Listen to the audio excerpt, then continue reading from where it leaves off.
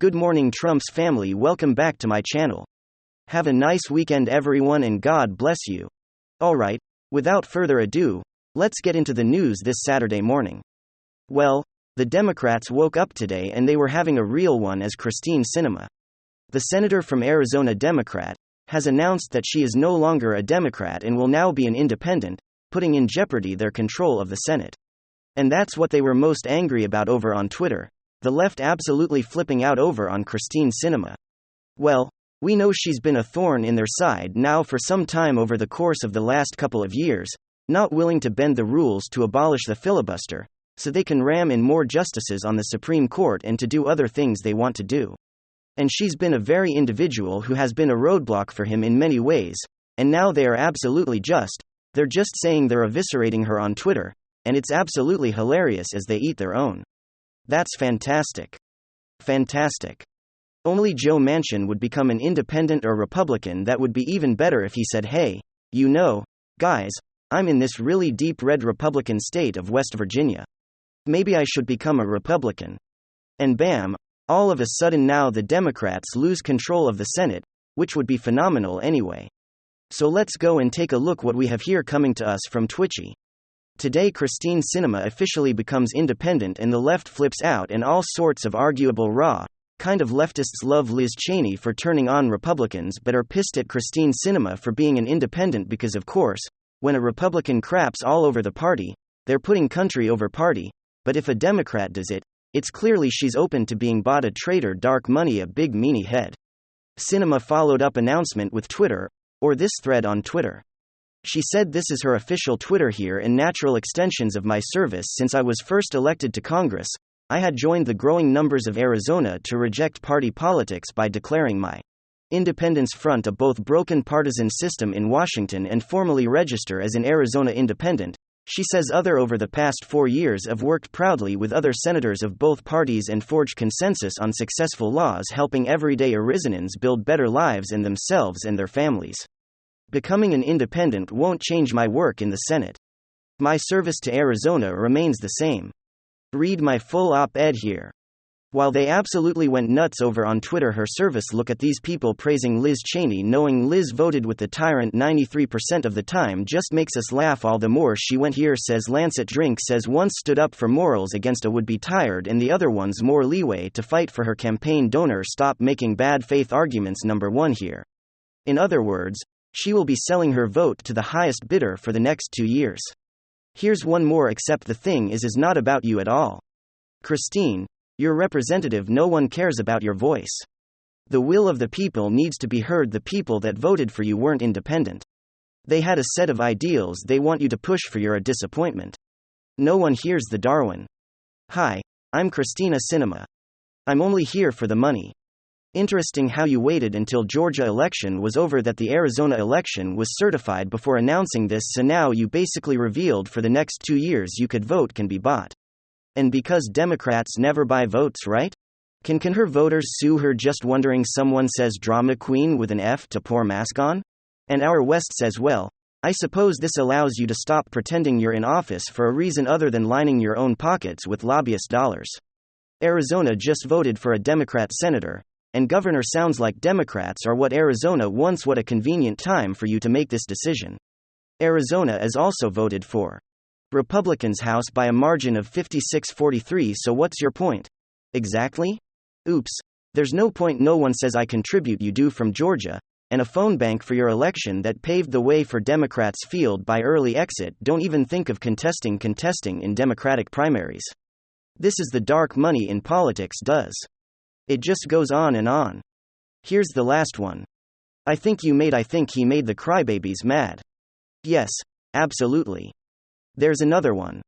Joe from Twitter. Joe from Jersey, just that F Sinema on Twitter, who was pretty hilarious. But anyway, they're having a real one over. There's quite hilarious. See the Democrats melt down over on Twitter knowing that they have lost a senator in the Senate, now bringing the Democrats told 250 instead of 51. So very interesting, and only if Joe Manchin would go ahead and jump ship they will put them at 49. Would be fantastic. And then some significant news, there really seems to be something akin to karma out there. That's the only way I can ultimately explain the delicious backfire of one of the most hypocritically Cringeworthy stunts imaginable. Yes, AOC, the supposed champion of the poor, is officially under congressional ethics investigation for her attendance at an event for the rich and famous. We're gonna take a look at that investigation. We're gonna see how some Democrats may be throwing her under the bus, and make sure to stick them to the very end of this video when I'll reveal what AOC can expect under the new Republican Congress. You're not gonna want to miss this. The ever-insufferable far-left Congresswoman Alexandria Ocasio-Cortez is officially under investigation by the House Ethics Committee. The Office of Congressional Ethics, a nonpartisan group, reportedly forwarded its inquiry into Ocasio-Cortez to the House Ethics Panel back in June. That panel has now announced that a full investigation to Ocasio-Cortez will take place in the next congressional session under the. Now, while there are no particular charges against Cortez being specified here, the New York Post is reporting that there were in fact 2 complaints submitted to the committee last year over AOC's attendance at the Met Gala. Now, you may remember the whole fiasco surrounding AOC attending the gala with a dress that said "Tax the Rich" on it. That's right. AOC was really sticking it to the man wearing a dress, making a political statement against income inequality. All the while she was attending a $35,000 per ticket event. I mean, the ridicule that was originally heaped on her for such an absurdly hypocritical stunt was merciless and justly deserved. But now it seems like she may be getting far more than just ridicule with the announcement of this House ethics investigation under Republican leadership to boot. According to the Post, one complaint alleged that AOC violated ethics rules because she accepted free tickets to the event from a for-profit company and sat at a table that was also sponsored by a corporate entity. So the implication here is that it could be seen as a form of potential bribery and conflict of interest. The second complaint found issues with AOC's dress. That's also being seen as a form of accepting an illicit gift. To make matters worse, the Washington Free Beacon is reporting that AOC did not report receiving any guests from the gala and her tax filings in 2021. So yeah, it looks like AOC is about to get a serving of her own social justice she loves to dish out to others, and her pathetic and incessant virtue signaling. Now, interestingly enough, the Media Research Center is reporting that while this breaking news has made its way rather extensively through print media, the networks were all silent about it last night. Now their ABC, NBC or CBS apparently said a word, and you'd have to wonder if they would have exemplified such a noticeable silence as someone like Matt Gaetz were under a House ethics investigation. Everyone listen to this. The major political headline: New trouble for Florida Congressman Matt Gaetz. Tonight already under federal investigation. Now the House Ethics Committee is also investigating its own set of allegations. Here's Mary Bruce. Already under federal investigation tonight, another probe into embattled Republican Congressman Matt Gaetz. Okay folks, there's your answer. I mean, again, you can see precisely why trust in the legacy media is today at an all-time low and continues to implode now.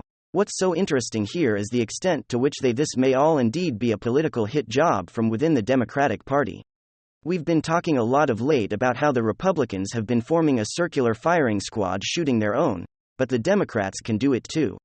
I mean, weeks back, we report on the astonishing red wave that swept throughout the state of New York the night of the midterms. Astonishingly, Republicans won 10 key races throughout this otherwise liberal state, those 4 pickups, including a seat held by the chairman of the House Democrats' campaign arm, a fella by the name of Sean Patrick Maloney. Maloney is the first chairman of the Democrats' campaign arm to lose his own House seat in 42 years. It was an absolute shocker. But do you want to take a guess at who he's blaming for his election loss? What do you know? As it turns out, for him, it's AOC's fault. He basically went on a rant saying that she did absolutely nothing to help out the party for the midterm. She didn't pay $1 Verducci, she did nothing for frontline candidates. He actually called her a ghost in Congress and on the political battlefield. She's more interested in cameras than she is in campaigns. It was a pretty blistering denunciation for sure. But regardless of what's going on inside the Democratic Party, it's the incoming Republican Congress that AOC should be worried about. And I'm going to show you precisely why. The Republican majority is well aware that when they take power in January, it will not be to pass legislation in such a divided government, no matter which branch tries to push their legislative agenda. It's going nowhere, it's inevitably going to stall.